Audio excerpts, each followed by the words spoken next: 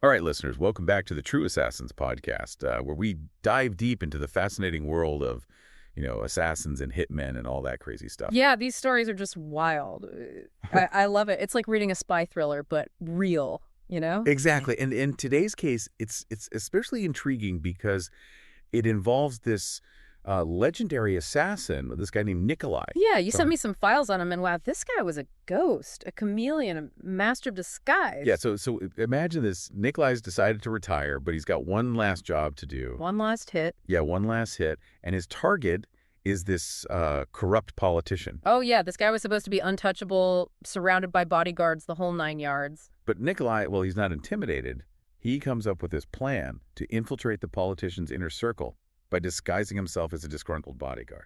That's brilliant, because who suspects a disgruntled bodyguard? Right, exactly. And the sources you sent me about espionage, they all talk about how important patience is in this line of work. Oh, absolutely. Nikolai had to basically live this role, observe the routines, the security flaws, everything. He had to become invisible. Yeah, blend in like a shadow. But then there's this crazy twist. He spots a maid working in the mansion. And something's off about her. Yeah, like she's too aware, too alert. It's like she can see through his disguise. Remember that article you sent about counterintelligence? Yeah. It talked about how assassins, they develop this almost supernatural awareness. They pick up on the tiniest details. Like a sixth sense. Exactly. And she might have noticed a flaw in Nikolai's performance, something that gave him away. So we've got two master assassins essentially recognizing each other. A game of cat and mouse, but with incredibly high stakes. And then it gets even wilder because the mission parameters change. The politician was a decoy. Nikolai was the real target all along. Oh, a setup. Yeah, someone wanted him out of the picture. So now this mansion, it's not just a place,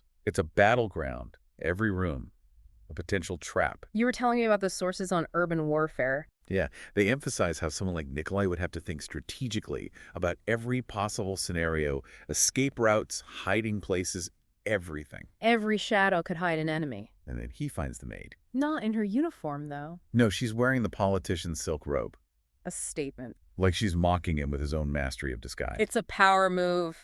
A challenge. So what happens next? Did they just attack each other? Not right away. First, there's this tense verbal duel where they size each other up. They're trying to get inside each other's heads? The maid, she points out a flaw in Nikolai's disguise, a slight limp he couldn't quite conceal. But Nikolai, he's quick. He counters by saying that her eyes, they're too sharp, too calculating for simple maid. They're both reading each other, looking for weaknesses. And finally, the fight erupts.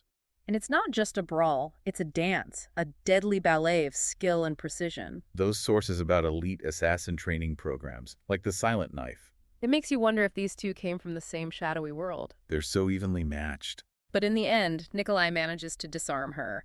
He's the legend for a reason, right? So it's over, he wins. Not quite as she's disarmed. She throws a hidden knife from the politician's pen holder, A last-ditch effort. and it hits Nikolai right in the chest. He's down. Is he dead? She approaches him, but then there's this flicker of doubt on her face. She repeats his observation about her eyes. Like she's realizing she might have misjudged him? And in that moment, Nikolai reveals the truth. The limp, it was a lie, a That was- deliberate deception. He had poisoned the politician's pen earlier. He knew he was walking into a trap, and he turned his supposed weakness into a weapon. He was already dying. They both played a dangerous game, a game of deception and counter-deception. And in the end, they both won and they both lost. What a story, a twisted tale of assassination and betrayal. If you enjoyed this episode, be sure to rate and follow the show. We'll be back soon with another deep dive into the world of true assassins. Until then, stay curious and stay safe. And remember, out there in the shadows, everyone wears a mask. You never know who's watching. Or who's the real target. Good night. Good night.